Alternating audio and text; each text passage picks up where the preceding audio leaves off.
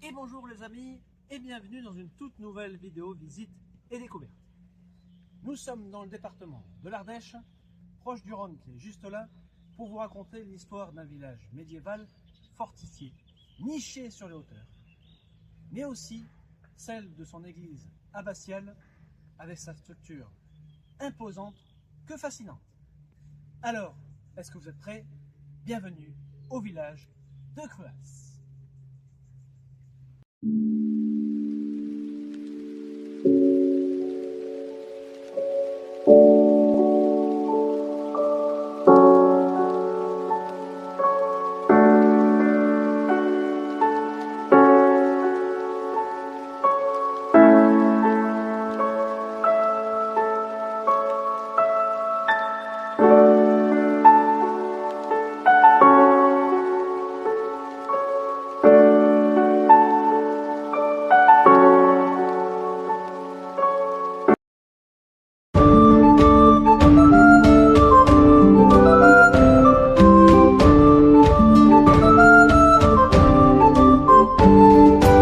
C'est avec des fouilles archéologiques entreprises la décennie précédente qui démontrent la présence d'une villa gallo-romaine du IIIe siècle sous l'escalier vitré de l'entrée principale.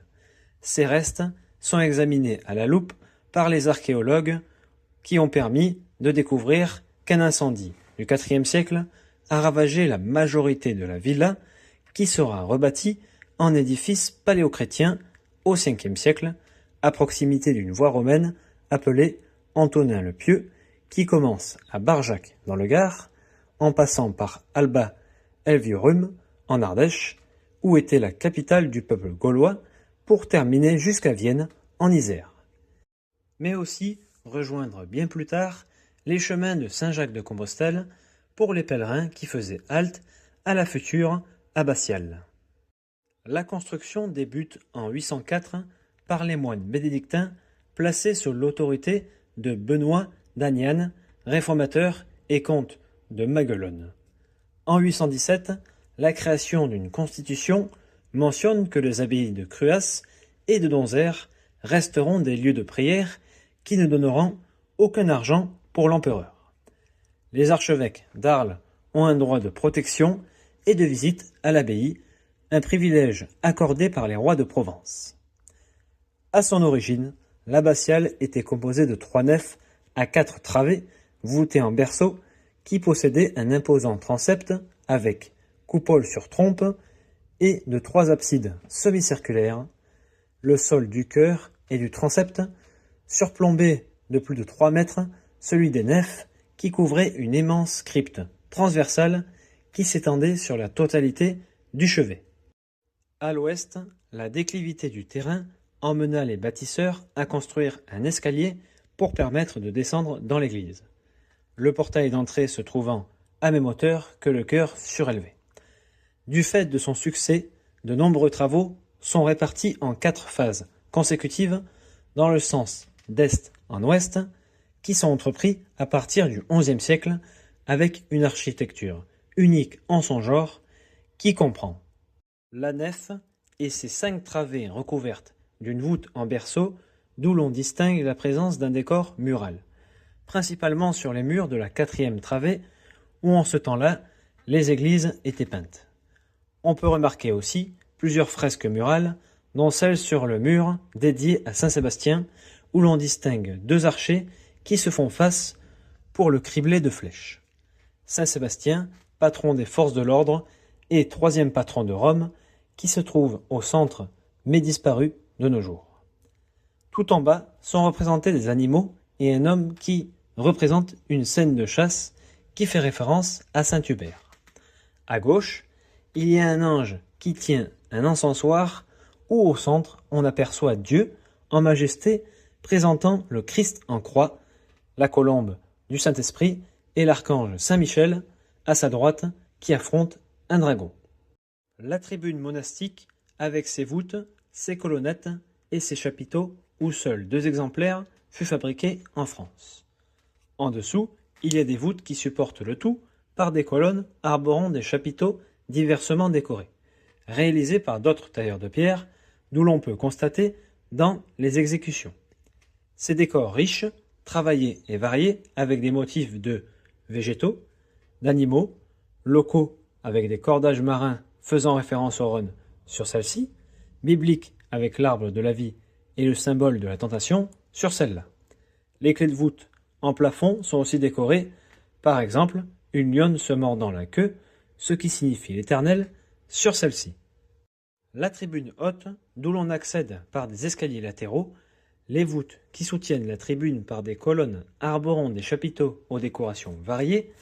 Ces chapiteaux du XIIe siècle sont décorés avec des motifs d'animaux fantastiques comme des hippogriffes, des griffons, des dragons et un monstre à deux têtes situé côté sud avec une queue et une tête d'oiseau, d'où le bec s'ouvre vers un visage humain. Ces symboles sont placés autour des moines comme des mises en garde pour les prévenir du mal incarné. Derrière l'autel en marbre, il y a l'incroyable mosaïque réalisée en commémoration du pape Urbain II de son retour du concile de Clermont en 1095, durant lequel il prêcha la première croisade. C'est une représentation de Élie et Enoch, deux personnages de l'Ancien Testament, enlevés et menés vivants au ciel par Dieu, présentés par la main bénissant au-dessus de leur tête. Au centre, on distingue le jardin d'Éden, avec à gauche l'arbre de la vie, l'ignome, et à droite celui de la connaissance, ficus. Au-dessous, il y a 4 dômes transpercés par un trait vertical qui symbolise les 4 montagnes et les 4 fleuves du paradis. Près de l'entrée principale, à droite, il y a un gisant qui représente le comte Adhémar IV de Poitiers, valentinois, seigneur de baie et mécène de l'abbaye, pour évoquer les donations vitales de ses bienfaiteurs sur l'abbaye. Pendant les guerres de religion et de la Révolution française, la sculpture est martyrisée en conséquence. La tête, les bras et les pieds sont martelés. Sous la tribune, au fond en semi-enterré, se trouve la plus ancienne partie de l'abbatiale, où à l'intérieur se trouvaient les répliques de saint Torquat, évêque de Saint-Paul-Trois-Châteaux, et de saint Josserand, un moine de l'abbaye, où les fidèles venaient les honorer sans déranger l'office des religieux au-dessus dans le chœur. À l'intérieur, il y a des chapiteaux de style primitif, taillants mais plats, qui sont représentés par des décors d'animaux, de feuillages, d'autres motifs divers et variés comme la rouelle solaire, des formes géométriques ou encore la plus célèbre de la crypte, qui est une représentation d'un humain, plus spécialement d'un personnage en prière, entre autres, un orant présenté debout, les mains levées pour obtenir une bénédiction du ciel, une vision très répandue depuis l'Antiquité jusqu'au XIIe siècle. Un autre exemple décoratif avec une représentation de l'homme en âne, hésitant entre le bien en coq et le mal en loup. Dans la crypte, il y a aussi une Pietà, appelée Vierge douloureuse, en pleurs à grosses larmes, avec le Christ descendu de la croix, mort sur ses genoux. À l'extérieur, il y a le clocher, qui peut évoquer celui de Vienne, et du Velay, avec son assise du XIIe siècle, qui sera rehaussé de 2 rangées au XIVe siècle, avec le rajout d'une rosace au XVe siècle. Concernant les façades, on peut remarquer sur le mur sud des vestiges de la naissance des voûtes du cloître, à peine débarrassées des strates de boue et d'alluvions laissées par les crues du ruisseau.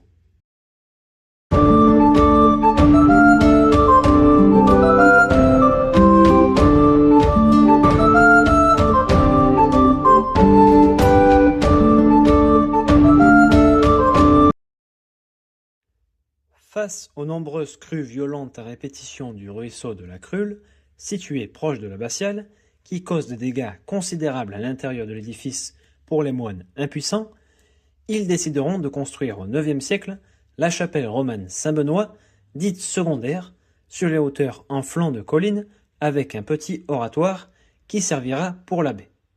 C'est à partir du XIIIe siècle que les moines s'y installent définitivement, notamment lors des périodes troubles de la guerre de Cent Ans, où elle sera modifiée pour la création d'un donjon avec des tourelles d'angle, de bretèches et de mâchicoulis, mais aussi un chemin de ronde crénelé où des archères et créneaux sont installés.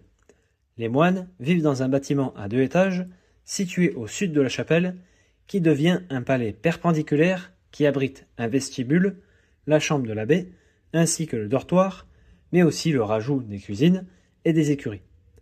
C'est à ce moment que le village médiéval, construit avec de nombreuses maisons en pierre, avec des rues pavées, sont ceinturés par des remparts pour en faire une véritable forteresse défensive et se protéger notamment durant les guerres de religion en 1574, 1585, 1628 et 1683, où les moines repoussent avec succès les invasions menées par les Huguenots qui détenaient tous les comtés voisins.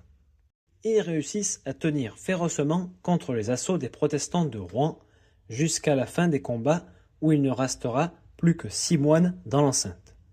Durant cette guerre, opposant les catholiques et les protestants, qui sont dévastateurs sur tout le territoire du Vivarais, l'abbaye apparaît aux yeux des belligérants comme une position catholique importante à investir. Elle sera attaquée plusieurs fois en conséquence, pour un résultat de champ de ruines, la majeure partie des bâtiments seront détruits. Après les guerres de religion, les moines redescendent de la colline pour reprendre possession de l'abbatiale. Mais face à l'ampleur des dégâts conséquents et dévastateurs, les moines, peu nombreux et pas assez équipés, renoncent à déblayer en totalité les nefs quasiment insurmontables pour se concentrer sur des tâches plus supportables telles que l'assainissement des surfaces en les comblant par des apports à chaud et de décombres jusqu'à la fin du XVIIIe siècle où tout le sol sera emblayé au niveau de la tribune afin d'avoir une église plein pied. En 1741, l'abbatiale, qui est une institution, est supprimée par l'évêque de Viviers qui ordonne l'annulation de la messe accordée aux moines qui ne sont pas assez nombreux pour payer un revenu ecclésiastique au diocèse. 20 ans plus tard, il ne reste plus que 2 moines.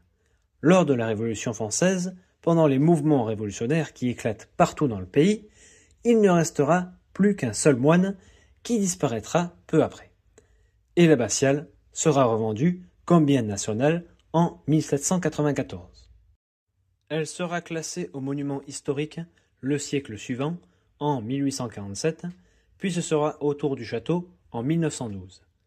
Les villageois prendront possession des maisons que les moines ont abandonnées, où certains y habiteront jusqu'aux années 1950.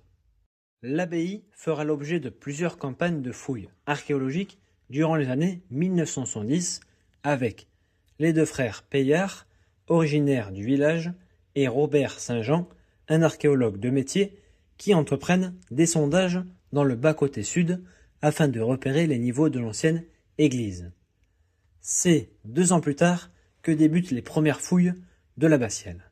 5 campagnes de fouilles durant l'été, et plus tard, les résultats sont plus que concluants. À 3,20 m sous le niveau des remblais, grâce à l'intervention des bénévoles, étudiants et de jeunes d'une association CADA, Centre d'accueil pour demandeurs d'asile, ce sont plus de 1200 mètres cubes de terre et de remblais qui ont été remués, puis tamisés, puis évacués et enfin déplacés pour remettre au jour ce joyau médiéval. Puis ce sont les bas-côtés et la nef qui sont déblayés à leur tour, cachés par une épaisseur d'alluvion plus importante que ce qu'ils pensaient au départ. À partir de 1983, les interventions archéologiques suivent l'avancement du chantier de restauration d'ouest en est. Les fouilles permettront de comprendre les états successifs de l'église abbatiale. Ces résultats de l'archéologue Joël Tardieu et de son équipe dévoilent une continuité d'occupation depuis l'Antiquité tardive, dès le 1er siècle de notre ère, mais aussi de comprendre la méthode de construction choisie, la taille des pierres et l'avancée de sa construction au fur des siècles. Après avoir fini les fouilles de l'intérieur, il se concentre maintenant sur l'extérieur, ce qui va nécessiter d'aménager ses abords pour entraîner de nouveaux sondages. À la fin des années 80, c'est l'étude du parvis près de l'entrée ouest, et 10 ans plus tard, celle du chevet à l'est, qui démontre qu'on inhumait tout autour de l'église durant la période médiévale. Le cimetière paroissial a ainsi pu être localisé d'après les études de cette époque, et il ne se limite pas aux zones fouillées et devait s'étendre davantage au nord de l'abbatiale et aussi à l'ouest. Ces sépultures, au chevet à l'est, sont rassemblées tout près de l'édifice, car il a dû sembler que le contact avec le mur était important. Les matériels accompagnant les défunts ont permis aux archéologues de définir certaines pratiques funéraires de ce temps-là. Depuis plusieurs années, la municipalité a décidé de s'investir à son tour dans les travaux de restauration du village médiéval avec un vaste programme: réfection des toitures, mise en sécurité, réhabilitation des logements et création des gîtes. Pour celles et ceux qui veulent plus d'informations sur le château, juste là-haut, qui ouvre toute la semaine, mais aussi l'abbatiale qui est au village moderne, qui ouvre seulement en semaine. N'hésitez pas aussi à venir pour visiter ces deux endroits incroyables toute la saison estivale. Pour ça, il faut se rendre à l'Office du tourisme pour plus d'informations. Et venez nombreux, en famille et entre amis. Alors, toi qui regardes cette vidéo, fonce! C'est incroyable. Et voilà les amis, c'est la fin de cette vidéo. J'espère qu'elle vous aura plu. Passez un bon week-end, une bonne semaine, gardez le sourire. Et nous, on se dit à très bientôt pour de nouvelles vidéos visites et découvertes. Je vous laisse avec la vue. Salut!